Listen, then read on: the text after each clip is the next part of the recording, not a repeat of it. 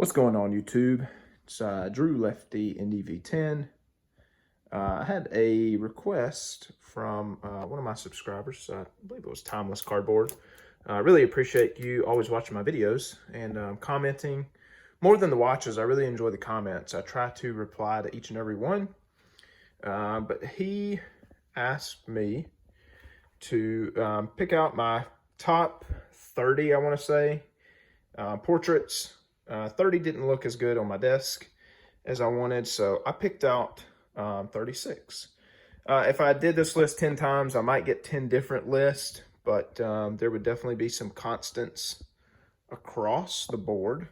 So we'll just kind of start up top here. I wish there was a way to get perfect lighting, but it's not the case. First off, we got, and again, this is in not really a particular order. I did that on purpose. I went with the good old color wheel to show these off. Thought that was a really cool way to look at these cards.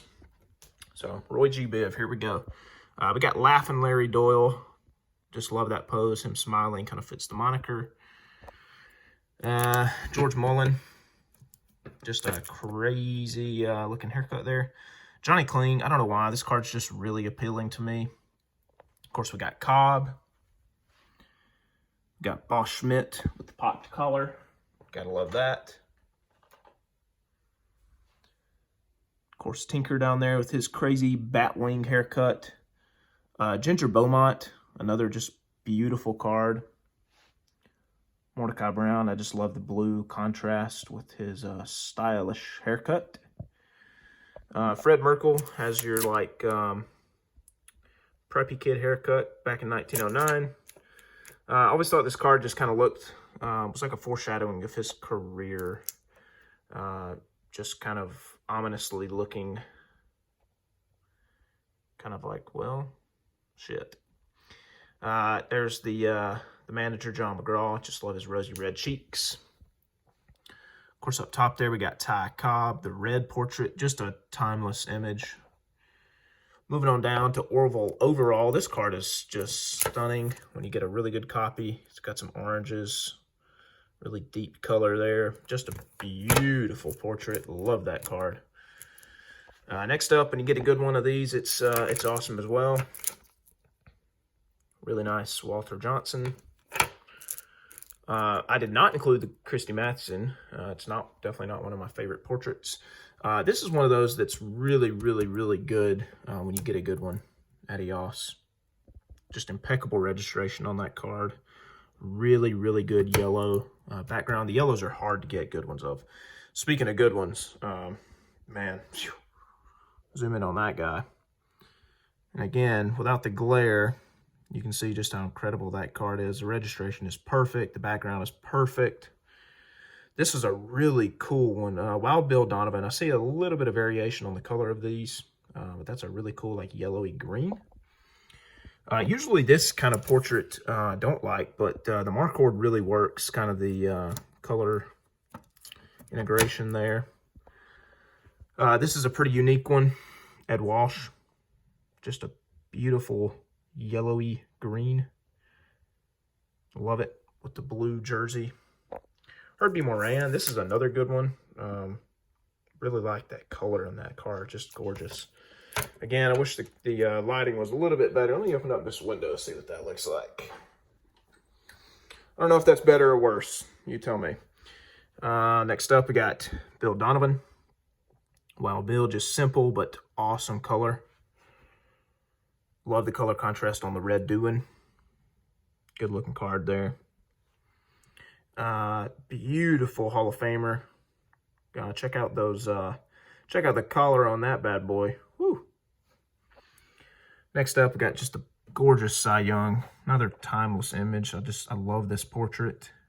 Love the deep green background. That card in a 350 can have a background color that looks about like Dahlin. So really cool, the interesting variations of color there.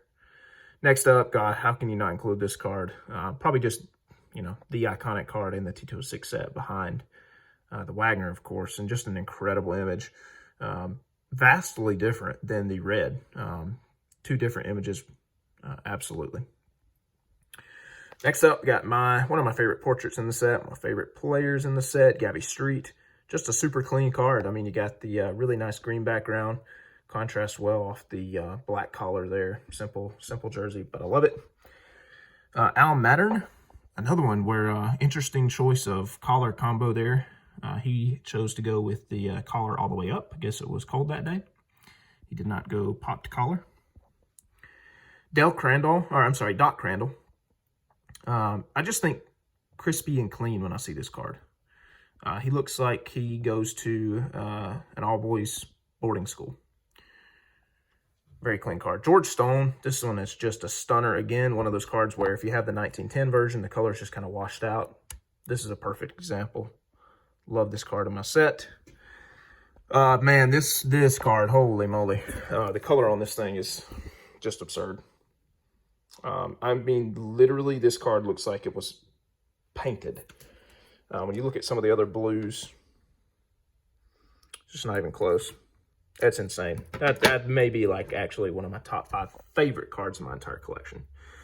Right behind this guy, Waddell.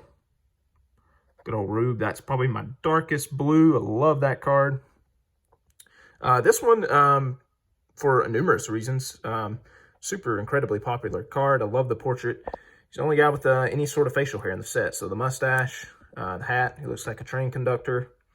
We got the 5-button showing there. Really cool. Next up, how can you not love a good old Maddie McIntyre portrait? Got the pink background. The hair, incredible. Collar, popped. Wow. Next up, I always thought this guy looked like he was, I don't know. This guy's like full regalia. He's got the old hat, popped collar with the sweater over the top of the jersey. Must have been cold in Minneapolis that day. And then last but certainly not least is good old Patsy Daugherty. Just a very interesting color combination here. Not pink, it's more like a violet. Some of the cards that got kind of washed out look gray, but man, this one is just a stunner. Whew, really good color contrast there. So that is it. That is my top 36 favorite looking portraits. So I hope you guys enjoyed. I know it was a little bit of a longer video, but yeah, thanks for watching. See you next time.